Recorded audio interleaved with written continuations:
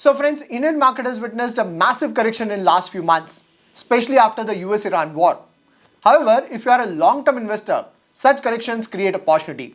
Especially after nearly 18 months of correction, the valuations have corrected a lot, and history suggests that when a market is in deep red and there is deep pessimism, that is the best investment opportunity. Now, I've been tracking some of the mutual funds very closely. Not sure how many of you are aware, but every month, mutual funds have to share their monthly update with investors. Stocks they have bought and they've sold. So that actually gives a good idea in terms of which themes or sectors or specific stocks the fund managers are bullish on. Again, the idea is not to blindly copy the fund managers, but understand their thought process and deep dive further to identify potential opportunity. Currently, we are in March month and we already have the latest update as of February month. So what I've done is I've created a 3-video series on latest buying of India's top fund houses. This is the first part of the video where we'll discuss the top funds in Flexicap category and their investment decision. In the second video, we'll discuss top funds in mid-cap category and their investment decision. And in third part, we'll discuss the top funds in small-cap category and their investment decision. Alright, let's get started. Alright, let's start with part 1 of this video, that is Flexicap category. Now before we proceed further, a quick disclaimer that this video is only for educational purpose. This is not a buy or sell call. The idea is to understand the thought process of India's greatest fund manager before taking a buy or sell call behind any stock. Right? I'm also a SEBI registered research analyst, and in case you are a long-term investor and do not get enough time for your research related to the economy, related to stock, in terms of identifying opportunity, you can also explore my weekly video series that is available on my website, sahilbhadviya.in.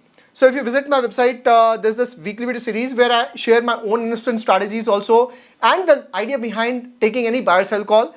Apart from this, I keep a close eye on quarterly results. So there's a long list of nearly 190-200 stocks that I track, and based on that, we identify a lot of opportunities. Now let's move on. This slide is very important. Before we discuss the particular fund house within a category, I want to share my thought process behind selecting a right mutual fund. Right, so first of all, I never shortlist a mutual fund simply on the basis of last 1 to 2 years of return. I mentioned it multiple times in my YouTube videos also. The single biggest mistake that mutual fund investors in India make is they simply invest in a mutual fund based on last 6 months or 1 year of return. जिसमें return ज़्यादा आता है, लोग वो खरीद लेते हैं. Now this is a single biggest mistake. Why? Because I've seen many cases where the moment people have bought a fund that has outperformed in last 1 year, next year the fund is the worst performer. So if you simply buy based on last 6 months, 1 year of return, there's no guarantee that fund will outperform. In fact, it can be also worst performer. So I do not buy a mutual fund based on last 1 or 2 year of return. Now, how do I take a buy or sell call? I look at the investment style of fund manager, right? What is the value? What is the principle of that fund house? And whether they are reflected in the day-to-day operations in terms of their buy or sell call. So broadly, there are two kinds of fund managers. One fund that has a value style of investment and another is momentum. Now, usually in India, people prefer momentum buying, right? The stocks that are doing well, their earnings are great, but the catch with momentum is momentum stocks are expensive. People do not like value style these days because that's more of boring style, but personally, I am inclined towards value style. Again, this is debatable. I'm not saying you buy value, whatever you are comfortable with, but all I'm saying is I like to shortlist funds where the investment style is more based on value. Then as far as return is concerned, again, a very big mistake people make is they simply look at point in time return. If you visit website like Money Control or other website, you simply look at point to point return. So today, if you want to look at, let's say 1 year of return, let's say, and today is, let's say 25th of March, it will simply consider 25th of March last year and give you the return. That is not a right way to look at it. The right way to look at fund performance in terms of return is rolling return. Again, it's a complicated one. To calculate rolling return, you can use these AI tools to calculate it nowadays. Apart from this, there are also certain apps like PowerUp is there where you can see rolling return. Right, so remember that when it comes to return, you should look at rolling return, not point in time return. Next very important point is it's not just about return, it's also about risk. So net I always say, always look at risk adjusted return. Don't simply look at return. So what it means is returns are great, but then the fund can be extremely volatile, where during difficult time it can fall way more than other funds. And that's where you got to look at Sharpe ratio or Sortino ratio, right? These are the two very important KPIs that you should look. That gives you risk adjusted return. On website like Money Control, you can get this detail. We'll discuss it anyways. So overall, it's a combination of investment style of that fund house, then history of fund house. Again, it's also important. I prefer fund houses that have a relatively longer history, let's say 10-15 years of performance, and then risk adjusted return. These are the three metrics that I look at it. Based on that, I have identified two mutual funds in Flexicap category that I want to discuss in today's video. Now, first of all, why Flexicap? Very simple reason, because in this, fund managers have the complete flexibility to allocate their portfolio, whether they want to keep complete allocation in large cap, whether they want complete in mid or small. So it's all depend upon the fund manager based on the value that the fund manager find, right? So we don't have to decide kitna large cap mein le, kitna mid mein le, kitna small mein, right? So that is, I think, one of the greatest power that Flexicap category fund managers have got. So that's why I like it. Now within this, my all-time favorite has been Parag Parikh Flexicap fund. I've discussed it multiple times on my YouTube channel also. The only catch is at the moment it has become a very big fund house with an AUM of 1.34 lakh crore. But then I continue to like it. Again, we can always debate whether it can outperform the market because the fund size is also very high, because I keep getting this kind of question. But my point is simple. I am a big fan of late Mr. Parag Parikh. He has also written a book called Value Investing and Behavioral Finance. And today this fund has been led by Mr. Rajiv Thakkar, who is also a solid value investor, right? So I have immense respect for the fund house and the fund manager and their investment style. Now, as far as return has been concerned, this fund has generated 18.5% CAGR since inception. So in spite of being a value fund, the performance has been exceptional. Next, if you look at very important details like expense ratio, it is very reasonable, 0.6%. They've got an exit load. And here the idea is simple, that they don't want, people that have short-term mindset to invest, right? It's mainly for long-term investor. That's why they've kept certain exit load. AUM, we have discussed, it's a massive fund. Then age is around 12-13 years, and few more details. So benchmark is Nifty 500 TRI. Now, if you look at the return of this fund house in last 10 years, 10,000 rupees investment, basically a total investment of 12 lakh. So 10,000 SIP, a total investment of 12 lakh would have generated a corpus of 30.85 lakh at a CAGR rate of 18%. I think that is an exception. Remember, this is after the correction that we have seen in the market, right? In 10 years, this kind of CAGR 18% is extraordinary.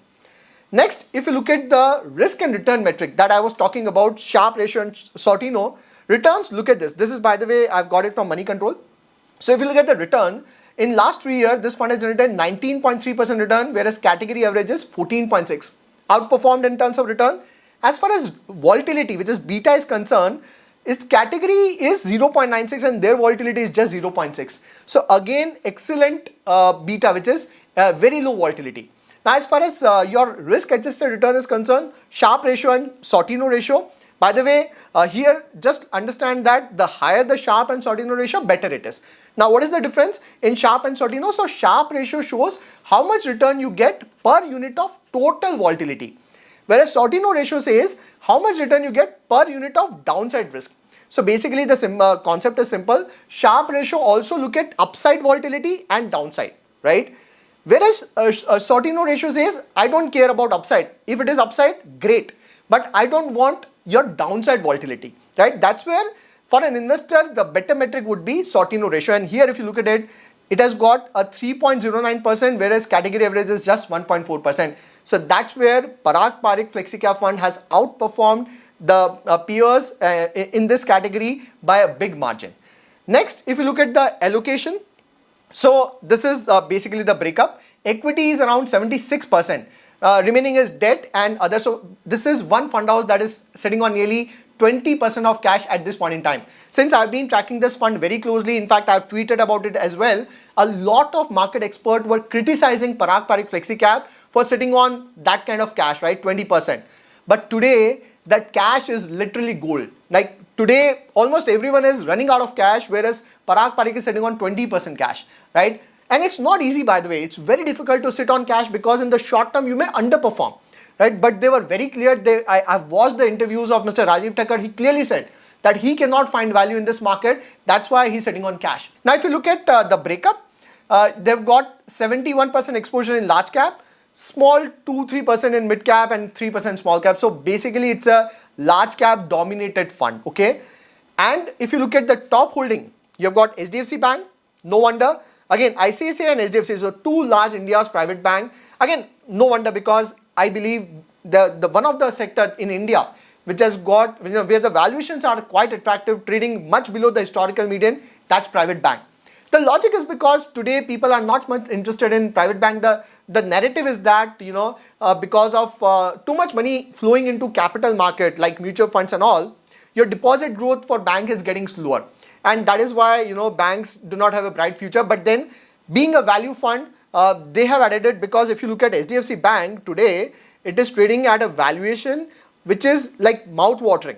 If you look at it, 5 years, look at this. At one point in time, it used to command price to book of 5 and all. And today it is sitting at a price to book of 2.3, right? Historically, it is averages, median is 3.6. Today, it's like you cannot get HDFC Bank for such low valuation. It's of course also because of FI selling, and especially because of the war, massive selling has happened. And of course, in last 5 years, there's no return. But I think it's a great opportunity. Again, not a buy sell call. So yeah, HDFC Bank is there, ICICI is there. Both are looking attractive in terms of valuation. Then very interesting name is Power Grid. And it is the second largest holding of Parag Parikh. Now you might ask why? Because Power Grid is quite boring company, right? It's a PSU company. The growth is also not great, like very slow growth, 4% in 5 years. Why Parag Parikh is so bullish? So in my opinion, it's a value buy. Why? Because at one point in time, if you look at the valuation, sitting at 17-18 times P ratio. Second, the dividend yield is 3%. Third, the most important part is the opportunity. So I've been doing a lot of research in terms of the opportunity in power sector, in energy sector. And one thing that I've found is that India has got massive potential in terms of generating the power. Like be it your renewable sources, power with solar and all. But the bottleneck here is the grid capacity. That's a massive bottleneck, right? And that's where Power Grid comes into picture. So yeah, past growth may not look great, but then Power Grid has got a lot of growth potential ahead of it, and that's why again I guess that Parag Parikh is probably looking at that, and that's why they've added it. Apart from this, if you look at top sector allocation, finance 25.5%, number one, followed with service, technology and energy, right? And then they've also got Coal India, right? So Coal India, again a very boring kind of company, but then a massive opportunity in terms of power. So power is one sector where Parag Parikh is bullish on, and second is, so power and energy first, and second is bank, right? These are the two sectors where that are the top 4 holding of Parag Parikh. Now let's look at what they've bought in last month. Okay, so we are in March month. This is data as of February. So what they've bought is, first name is CMS Info System. Again, it's very important to understand what percentage they've added. So it's a nearly 1.4 lakh crore AUM fund where they have purchased 148 crore of CMS Info System. So 0.1%, again, not a massive buying. But they've, interesting, again, this is a very small cap kind of company, CMS Info System, just 4,800 crore. But then it is a leader in ATM cash management. Again, a lot of people say that cash economy in India is dead. People are moving to UPI. Why bother about CMS Info? So first of all, it's a leader in India's cash management, so ATM management, where they also do the automation part of ATMs, right? Again, the growth is not great in the past. For example, 5-year growth is just 12%. In fact, recently only 2%. 5-year profit growth is great, but recently in trailing 12 months, it's down by 10%. But what they are looking at it, in fact, the share price has also corrected significantly in last 3 years from the highs. But what they are looking at is the PE ratio is just 14.7, so probably they find value in it. Also, it pays a dividend of 2.2%, being a leader. So again, so this is one stock. Again, I'm not saying you buy it, but the idea is to discuss like what is the thesis, like what could be the thought process. Second, ICICI Bank, very small buying, like 6,600 they were already holding, added 119 crore, okay. Then TCS, very interesting name. On one side, everyone is rejecting IT companies, right? Today, everyone says that IT sector is dead. But Parag Parikh, again, a very slight buying, 92 crore, like it's a very small portion, but still it is showing confidence, right? It is not selling it, it's still holding 2,700 crore of cash. Now, either Rajiv Thakkar, Parag Parikh is wrong, or others who think IT sector is dead are wrong. In my opinion, again, I've been doing a lot of deep dive because the IT and your digital space is personally one of my most favorite sector. And one thing I've clearly understood is that AI is on one side going to take away certain jobs from IT sector, but at the same time, it's going to create new jobs that we are not even aware of. And I tell you, it's not the first time that is happening. Be it internet, be it cloud. And I clearly remember when your cloud came, right? So your AWS, Google Cloud, everyone said IT companies are dead, IT sector is dead. Because everyone use Amazon AWS or Google Cloud or Microsoft Azure. But what happened is all those products, they actually required IT services to be implemented, right? And likewise, be it your ChatGPT, be it Claude, yes, AI products are there, but you would need IT company to implement AI into every organization. Right, and that's where IT companies would play a role. Yes, today it's a painful transition, but I think for the long term, you cannot simply reject the thesis. In fact, the interesting part is because nobody wanted, TCS has already fallen 40%. Right, today trading at a P of 17.4. Again, I'm not saying you buy it, but the idea is that the valuations have already derated from P of 40 to below 20 now. Right, again, in the near term there can be pain, but then the point is, how is the transition? That is going to be very, very important. And let's not forget ROE, ROC, exceptional, right? And cash generation, they're sitting on massive cash. So yeah, that's the take on the third company that they've added. Then they've added Zydus Life Sciences and Cipla. So two pharma company. Again, pharma is also a very interesting space. After a long time, I mean, it's been correcting and consolidating for a long time. But yeah, that actually creates opportunity, right? So valuation of entire pharma space has fallen from highs of nearly around 38, 39 to now at around 33, and they've added Zydus Life Science where P ratio is around 17.7, and they've added Cipla that is trading at a P of around 21. Right, so these are the buying. As far as selling is concerned, nothing major selling. So Kotak Mahindra, they've slightly reduced from 5,000, they've slightly reduced 98 crore. Zydus Wellness from 986 crore, they've slightly reduced 136 crore. MCX, they were holding just 200 crore of equity, they've completely sold it. Balkrishna Industry from 965 slightly sold 273 crore. SDFC Bank from 10,700 crore slightly sold 57 crore. Net they're still holding 10,000 crore worth of equity of SDFC Bank. So yeah, that's the take on your Parag Parikh Flexicap buy and sell decision. Now let's move on to the second top house in Flexicap category, and that's your SDFC Flexicap. The return since inception is 15.8%. The AUM of this fund is again on the higher side at 1 lakh crore. As far as your other details are concerned, expense ratio is 0.67%, decent expense ratio. Exit load is 1%. AUM is 1 lakh crore. Age is 13.2. This is the direct category, but the regular category for this SDFC Flexicap was launched in 8th December 94. More than 30 years. This is one of the oldest funds that we have in India. It has not just survived, it has flourished. Right, and apart from this, you can look at other details also. Next, if you look at the return, in last 10 years, if you had done an SIP of 10,000 rupee, your total investment would have been 12 lakh and you would be sitting on a corpus of nearly 30 lakhs. So that's a 17% CAGR, which is great. And that to remember after all the correction that we have seen. As far as your returns and beta are concerned, again, excellent. Return is 19.5% 3-year.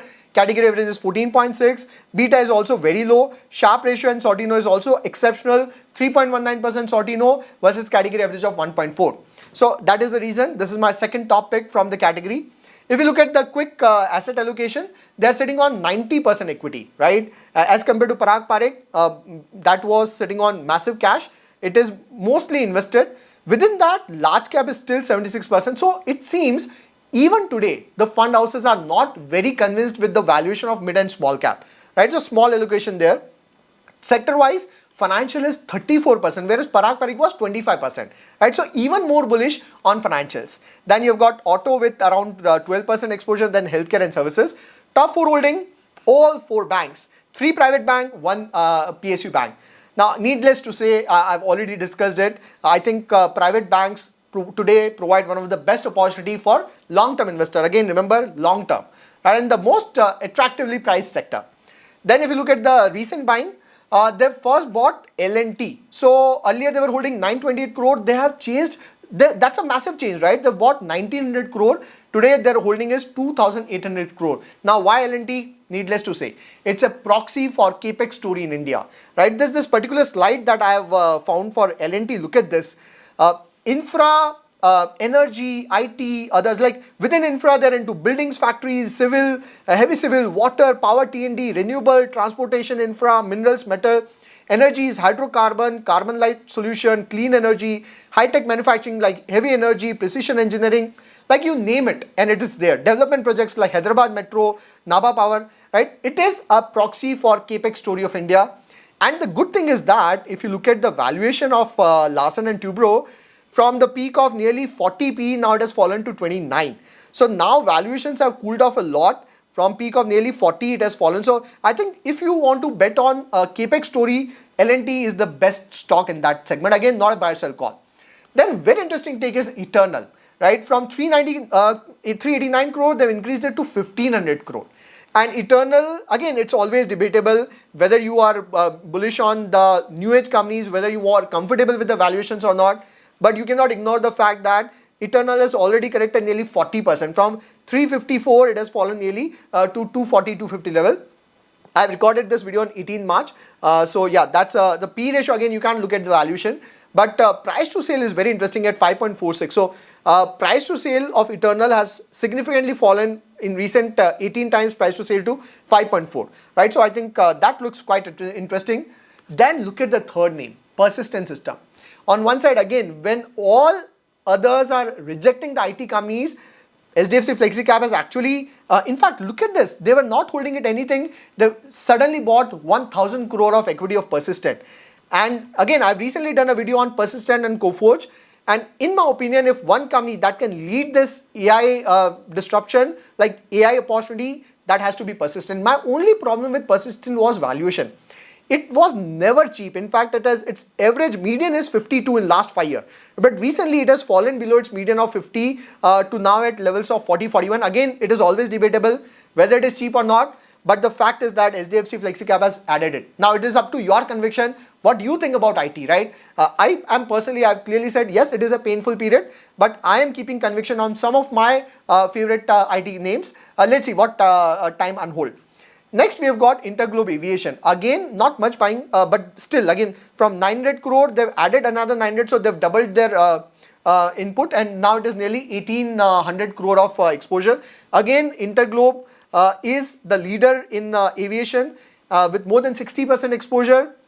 If Indian aviation industry has to survive, Interglobe has to lead that, right? And it's not going to survive either, it's going to flourish.